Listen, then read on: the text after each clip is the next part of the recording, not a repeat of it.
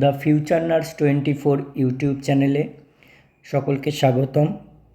আমরা এর আগে বিএসসি পিবিবিএসসি হিসেবে যারা স্টাফ নার্স গ্রেড 2 এক্সাম দিয়েছিল তাদের পুরো কোশ্চেন পেপার কভার করেছিলাম। অতএব তোমরা যারা জিএনএম হিসেবে পরীক্ষা দেবে এবারে স্টাফ নার্স গ্রেড 2, তারা কখনোই ভাববে না যেন স্টাফ নার্স বিএসসি পিবিবিএসসি হিসেবে ওদের কোশ্চেন এসছে বলে আমাদের ওই টাইপসের কোশ্চেন বা ওই কনসেপ্টের কোশ্চেন আসবে না, এরকম কিন্তু নয়। তাই তোমরাও সেই টপিকসগুলো, সেই সাবজেক্টসগুলো যা প্রিপারেশান করিয়েছি, যা সলভ করিয়েছি দেখে আসবে।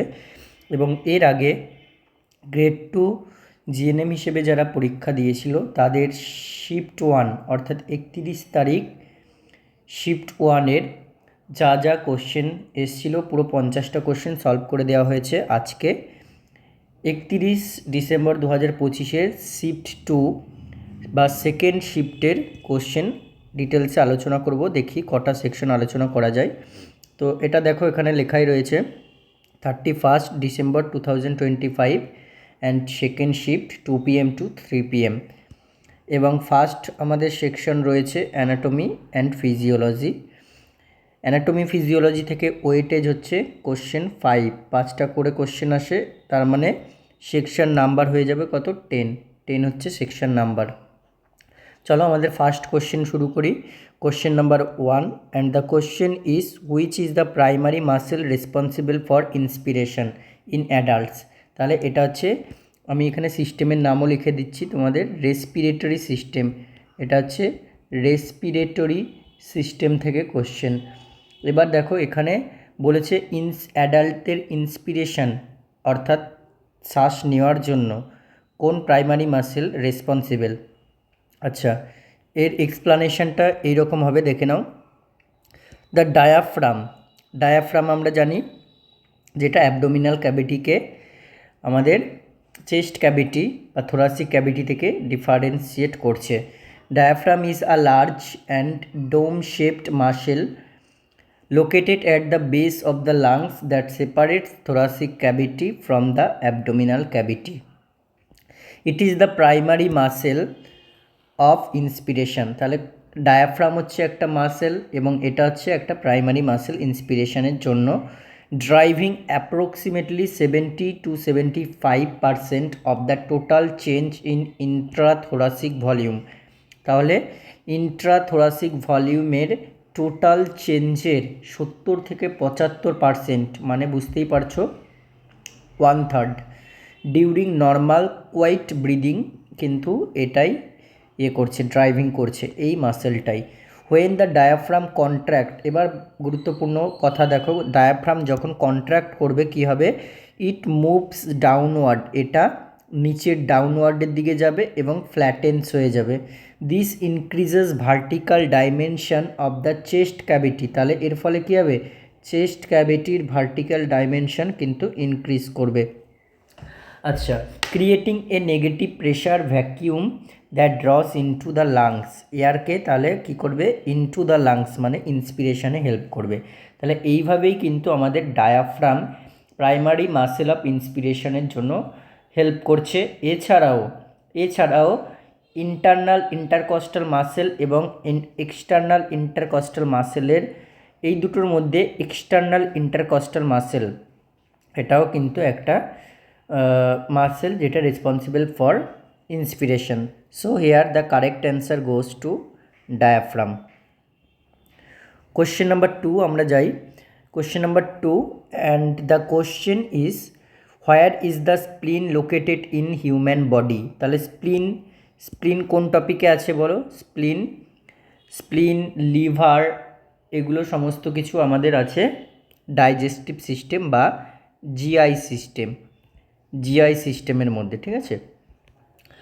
আচ্ছা, তাহলে স্প্লিনের লোকেশন জানতে চেয়েছে এখানে। The স্প্লিন is located in the আপার, দেখো স্প্লিন হচ্ছে যেটাকে বলা হয় গ্রেভিয়ার্ড অফ আরবিসি, এবং এটা এখানে আমি লিখে দিচ্ছি এটাকে কি বলা হচ্ছে, graveyard of RBC. Located in the upper left quadrant LUQ of the abdomen, tucked under the, কোথায় রয়েছে? Tucked under the rib cage and protected by the diaphragm, diaphragm দ্বারা প্রোটেক্টেড আছে এবং রিব কেজের নিচে টাক্ট করা আছে। তাহলে এখানে স্প্লিনকে কী বলা হয় আমি বললাম গ্রেভইয়ার্ড অফ আরবিসি বা আরবিসি এর কবরস্থান বলা হয়ে থাকে, কারণ আরবিসিগুলো এখানে গিয়েই কিন্তু ধ্বংসপ্রাপ্ত হচ্ছে এবং এখানে গিয়েই কিন্তু আবার আস্তে আস্তে পরবর্তী মানে আরবিসি যে তৈরি হবে তার জন্য এখানে গিয়ে ধ্বংসপ্রাপ্ত হয়। আচ্ছা, তাহলে এখানে কারেক্ট অ্যান্সার কী হয়ে যাবে? Upper left abdomen. কি বললাম? Upper left abdomen behind the stomach. আচ্ছা, question number 3 and the question is what are the primary functions of the vestibulocochlear nerve cranial nerve 8। তাহলে এখানে নার্ভ নাম্বার তোমাকে মেনশন করে দিয়েছে। অনেক সময় কোশ্চেনটা এটাই হতে পারতো যে ভেস্টিবিউলোকক্লিয়ার নার্ভের ক্রেনিয়াল নার্ভ কত, ক্রেনিয়াল নার্ভ নাম্বার কত, তাহলে 8, এটা মাথায় রাখবে। এবং এটা হচ্ছে নার্ভাস সিস্টেম থেকে কোশ্চেন। তাহলে প্রত্যেকটা সিস্টেম তোমাকে দেখো খুঁটিয়ে খুঁটিয়ে পড়তে হবে। একটা কোশ্চেন আসার জন্য তোমাকে পুরো সিস্টেমটাই কিন্তু ওভারঅল পড়তে হবে, কারণ কোথা থেকে কোশ্চেন আসবে তুমি জানো না। তো এখানে দেখে নিই, this cranial nerve has two main components. কী কী কম্পোনেন্টস আছে? ভেস্টিবিউলোকক্লিয়ার, তাহলে একটা ভেস্টিবিউলার কম্পোনেন্ট আর এবং কক্লিয়ার কম্পোনেন্ট। কক্লিয়ার কম্পোনেন্টটা কিসের জন্য রেসপন্সিবল? For hearing. আর ভেস্টিবিউলার কম্পোনেন্টটা for maintaining equilibrium and balance. So here the correct answer goes to option number 3, hearing and balance. Question number 4 and the question is which hormone is responsible for regulating the permeability of the collecting duct to water in the kidneys, thereby allowing more water reabsorption and the production of concentrated urine. Just simple একটা কোশ্চেনকে অনেকটা long duration এবং lengthy question করে দিয়ে একটু ঘুরিয়ে দিয়েছে, আর কিছুই না। এবং এটা হচ্ছে আমাদের renal system, renal or excretory or urinary, তুমি যাই বলতে পারো না কেন, এই সিস্টেম থেকে কিন্তু দিয়েছে, ঠিক আছে। এবং এর একটা সিম্পল অ্যান্সার হচ্ছে এডিএইচ বা অ্যান্টি ডাইউরেটিক হরমোন, যার আর একটা নাম কি? ভেসোপ্রেসিন। তাহলে ওখানে অপশানে এডিএইচ তুমি হয়তো জানো কিন্তু অপশানে পাচ্ছ না, তাহলে অ্যানাদার নাম এটার কিন্তু জানা থাকতেই হবে তোমাকে। এডিএইচ কী করে? It increases the permeability of the kidneys collecting ducts. কিডনিতে যে কালেক্টিং ডাক্ট স্ট্রাকচার রয়েছে তার পারমিয়েবিলিটি মানে কি? ভেদ্যতা। অর্থাৎ ধরো কিডনির এই দিকে এই দুটো হচ্ছে কালেক্টিং ডাক্ট, এটা হচ্ছে একটা কালেক্টিং ডাক্ট, তাহলে এর ভেদ্যতা বলতে কি বোঝানো হচ্ছে? এখান থেকে পারমিয়েবিলিটি মানে হচ্ছে যে আয়ন্সগুলো আছে বা যে মলিকিউলসগুলো আছে, যে আমাদের পটাশিয়াম আয়ন বা সোডিয়াম আয়ন হোক বা ওয়াটার হোক, সেগুলো যাতে কী হয়? ভেদ্য মানে হচ্ছে এখান থেকে ক্রস করে আউটসাইডে না যায়। পারমিয়েবিলিটি মানে হচ্ছে এটা যদি ইজিলি পারমিয়েবল হয় মানে খুব সহজেই যাবে, আর মডারেটলি মানে এর থেকে কম যাবে, এবং নট পারমিয়েবল মানে যাবেই না একদম। তাহলে এটা কি করছে? এডিএইচ ইনক্রিজ করছে পারমিয়েবিলিটিটাকে, মানে খুব সহজেই তাকে ক্রস করতে দিচ্ছে। Permeability of the kidneys collecting ducts allowing the body to retain water and produce concentrated urine. তাহলে কী ধরনের ইউরিন হবে? কনসেন্ট্রেটেড ইউরিন, মানে বডিকে অ্যালাউ করছে টু রিটেন ওয়াটারকে এখানেই রিটেন করতে, এই কালেক্টিং ডাক্টে এখানে রিটেন করতে কিন্তু হেল্প করছে। অ্যান্ড প্রডিউস কনসেন্ট্রেটেড ইউরিন মানে আরও কনসেন্ট্রেটেড ইউরিন তৈরি করতে সাহায্য করছে। তাহলে এডিএইচ কী করে? এডিএইচ হচ্ছে আরও বডিতে টু রিটেন বডিতে ওয়াটার রিটেন করতে সাহায্য করছে। মানে এডিএইচের অভাবে, এডিএইচ যদি ডিক্রিজ হয়ে যায় বা ডেফিসিয়েন্সি হয়ে যায়, তাহলে কিন্তু এডিএইচের এই যে ইম্পর্টেন্ট রোলসটা মানে পারমিয়েবিলিটি ইনক্রিজ করছে, সেটা কিন্তু করতে পারবে না। তার ফলে ডায়াবেটিস ইনসিপিডাস বা বহুমূত্র রোগ হবে, মানে বারে বারে কিন্তু সে ইউরিনেশনে যাবে। কারণ এই যে বডিতে রিটেন করার যে প্রপার্টিটা সেটা সে হারাচ্ছে, তার ফলে কিন্তু বেশি বেশি পরিমাণে হবে। তাহলে এখানে কারেক্ট অ্যান্সার কী হয়ে যাবে? কারেক্ট অ্যান্সার হয়ে যাবে আমাদের vasopressin or ADH. Next question number 5 and the last question of anatomy and physiology section. The question is, which meningeal layer is the tough outermost protective covering of the brain? Brain তার মানে কি system বলে দাও? এটা nervous system, same nervous system. তাহলে nervous system থেকে দেখো এখানে দুটো কোশ্চেন কিন্তু পেয়ে গেলে তুমি। নার্ভাস সিস্টেম থেকে দুটো কোশ্চেন, একটা নার্ভাস সিস্টেম থেকে দুটো কোশ্চেন হয়ে গেল, একটা জিআই সিস্টেম থেকে, একটা ইউরিনারি সিস্টেম থেকে, এবং সবার প্রথমে কি ছিল বলো? সবার প্রথমে যেটা ছিল রেসপিরেটরি সিস্টেম থেকে। তাহলে এই 5টা কোশ্চেনের জন্য তোমাকে কতগুলো সিস্টেম পড়তে হচ্ছে ভাবো। তাহলে এখানে সবচেয়ে আউটার মোস্ট, এই আউটার মোস্ট অত টাফেস্ট কোনটা, নট টাফেস্ট, এগুলো কিচ্ছু জানতে হবে না। যদি আউটার মোস্ট কথাটা না থাকতো তবে তুমি ভাবতে, কিন্তু আউটার মোস্ট যখনই দিয়ে দিয়েছে, তাহলে আমরা ব্রেনের যখন কভারিং পড়ছি তখন যদি আমি ধরো এটা একটা ব্রেনের স্ট্রাকচার ধরলাম, এবং এইটাকে আমি ধরছি কি, এটাকে ধরছি ইনার, এবং এইটাকে ধরছি হচ্ছে আউটার, ঠিক আছে? এটা হচ্ছে আউটার মোস্ট, এবং এটা হচ্ছে ইনার মোস্ট, এবং এটা হচ্ছে মিডিল মোস্ট। তাহলে এর মধ্যে আউটার মোস্ট যেটা হবে সেটা হচ্ছে ডিউরাম্যাটার। আচ্ছা, মিডিল মোস্ট যেটা হবে সেটা হচ্ছে অ্যারাকনয়েড ম্যাটার, নাম শুনেছো অনেকেই, অ্যারাকনয়েড ম্যাটার। এবং ইনার মোস্ট যেটা রয়েছে পিয়া ম্যাটার অর পায়া ম্যাটার, যা বলবে, পিয়া ম্যাটার অর পায়া ম্যাটার। তাহলে এখানে চোখ বুঝে তুমি অ্যান্সার করে দেবে, আউটার মোস্ট বলেছে মানে ডুরা ম্যাটার, ঠিক আছে? এক্সপ্লানেশন দেখে নাও। The dura mater is the outermost, এবং এটা হচ্ছে থিকেস্ট, এটা হচ্ছে toughest layer of the 3 meninges. The others in dry order moving inward are the arachnoid and pia mater, বলেই দিলাম। তাহলে আমাদের এখানে অ্যানাটমি ফিজিওলজি সেকশন শেষ হল।